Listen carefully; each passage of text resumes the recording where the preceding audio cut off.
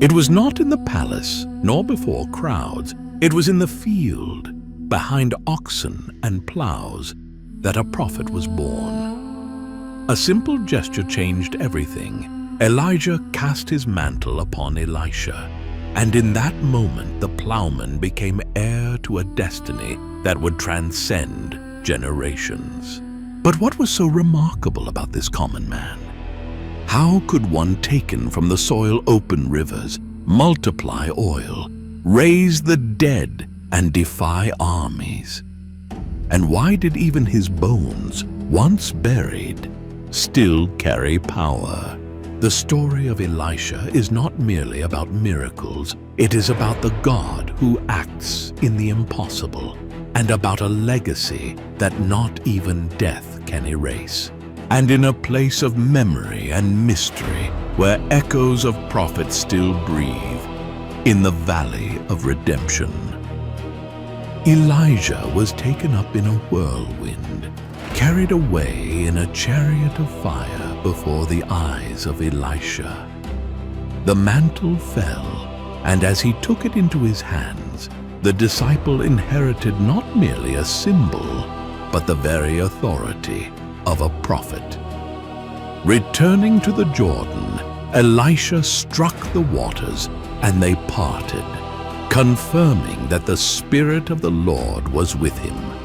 The sons of the prophet saw and acknowledged the double portion had been granted. The first sign took place in Jericho. The waters of the city were foul and barren, unable to sustain life. Elisha cast salt into the spring, and what had been a curse was turned into blessing. The act revealed that God had raised up a prophet not only to proclaim judgment, but also to restore. Soon after, in Bethel, the authority of heaven revealed itself in severity. A group of youths mocked him, jeering, "Go up, Baldy." Elisha gave no reply in words, but the judgment of the Lord fell upon them. It was the sign that the prophet did not speak of himself, but bore within him the presence of a God who will not be mocked. Thus began the journey of Elisha, an ordinary man transformed into the heir of the mantle, now confirmed before all as the prophet of Israel. Among the most striking signs of Elisha's ministry are the miracles that touched directly the life of the people. In Zarephath, a desperate widow was on the verge of losing her sons to slavery. All she possessed was a small jar of oil. Elisha commanded her to gather empty vessels, and before her very eyes the oil did not cease to flow until every vessel was filled. The debt was paid, the sons were saved, and divine providence revealed itself in the midst of misery. Another account took place in Shunammite. A generous woman opened her home to the prophet, and, as a reward, received the promise of a son. Time passed, and the boy died suddenly. In despair, the mother sought Elisha, who entered the room, prayed, stretched himself upon the child, and the breath of life returned. The son who had descended to death was raised before his mother in one of the most remarkable miracles of Scripture. Not always did the miracle come in the form of resurrection. During a famine, the sons of the prophets prepared a stew with poisonous herbs. Upon tasting it, they realized death was in the pot. Elisha cast flour into the cauldron, and the food was purified, transforming poison into nourishment. And when 100 men gathered before him, bringing only 20 loaves, Elisha commanded that it be served. All ate, and there was still some left over. The same God who had sustained Israel in the wilderness continued to show that for those who believe, there is always provision. The Syrian general Naaman was powerful, feared on the battlefield, yet upon his skin he bore a sentence: leprosy. No victory could conceal his shame. When he heard of Elisha, he sought in him a way out. He expected grand rituals, but received only a simple command: to dip 7 times in the Jordan. Wounded in pride, he almost turned away. But when at last he obeyed, the skin marked by disease became as clean as that of a child. The obedience that seemed humiliation was transformed into a miracle. But where there is healing, there is also judgment. Gehazi, the servant of Elisha, saw the wealth that Naaman had offered and could not resist. He ran after him, took gifts in secret, and then lied to the prophet. Elisha discerned his betrayal, and in that moment, the leprosy that had left the general's body fell upon Gehazi and his descendants. Greed turned him into the very sign of punishment. It was not long before another threat arose. At Dothan, a Syrian army surrounded the city by night. Elisha's servant trembled with fear at the sight of the advancing troops. But Elisha prayed, and his eyes were opened to a vision that changed everything. The hills around were filled with chariots and horses of fire. The army of heaven was guarding the prophet. The enemies were struck with blindness and led to Samaria. There, where all expected blood, Elisha asked that they be given bread and water. And the warriors who had come to kill departed in peace. The same God who heals wounds is the one who judges hearts. And the same who shows his strength in the heavens is the one who reveals his mercy upon the earth. Samaria was under siege.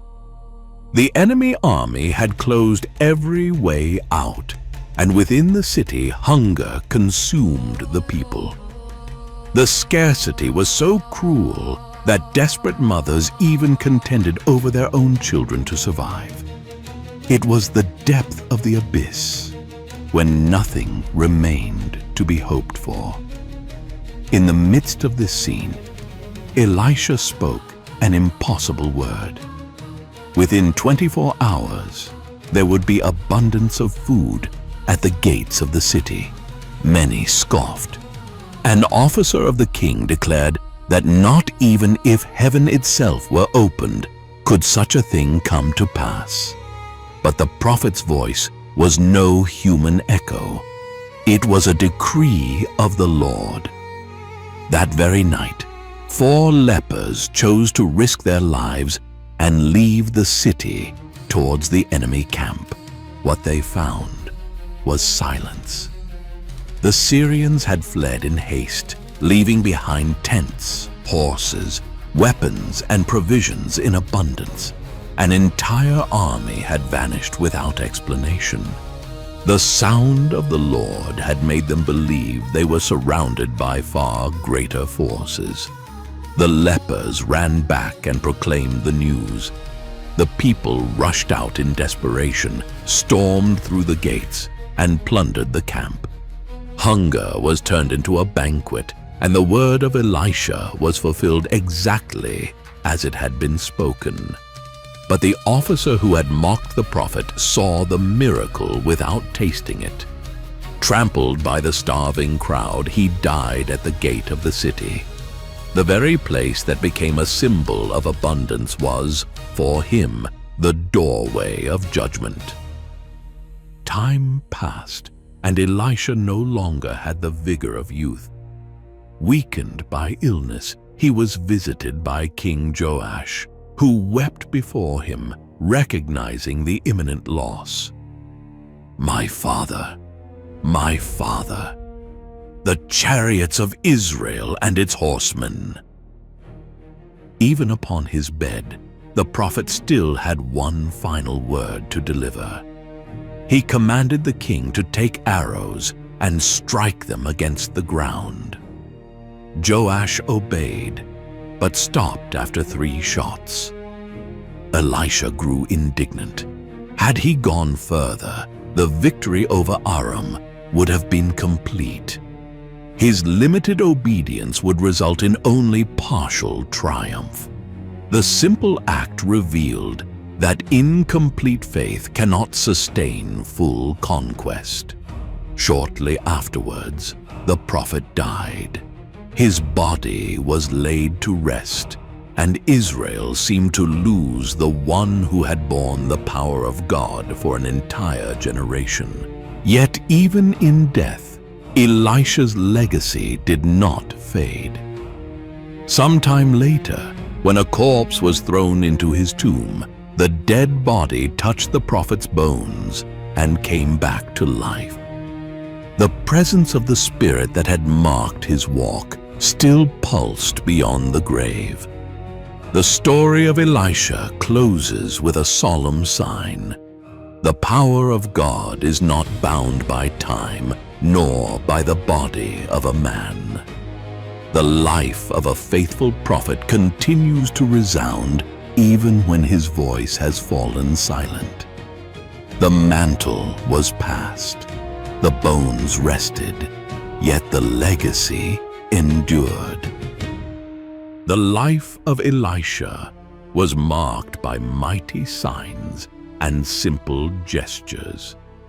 He opened rivers before the multitudes, yet also purified the water of a forgotten city. He raised the dead, yet did not ignore the poisoned pot. He guided kings in times of war and upheld widows in the silence of sorrow. In every act, one message resounded. The power of God is not confined to great battles, but descends also into the most intimate needs. Faith and obedience were the weapons that opened the way to provision, healing, and deliverance. Even when his body lay at rest, his bones still carried life. For the legacy of a prophet does not end in the grave. It endures as a witness that the impossible becomes real when man walks with God. Just as Elisha received the mantle of Elijah, every generation is called to bear that presence and to live by the faith that turns the improbable into miracle, the fragile into strength, the dead into life. That calling reaches us as well. It resounds as both remembrance and challenge. For those who dare to believe discover that the legacy does not belong only to history, but continues alive in the valley of redemption.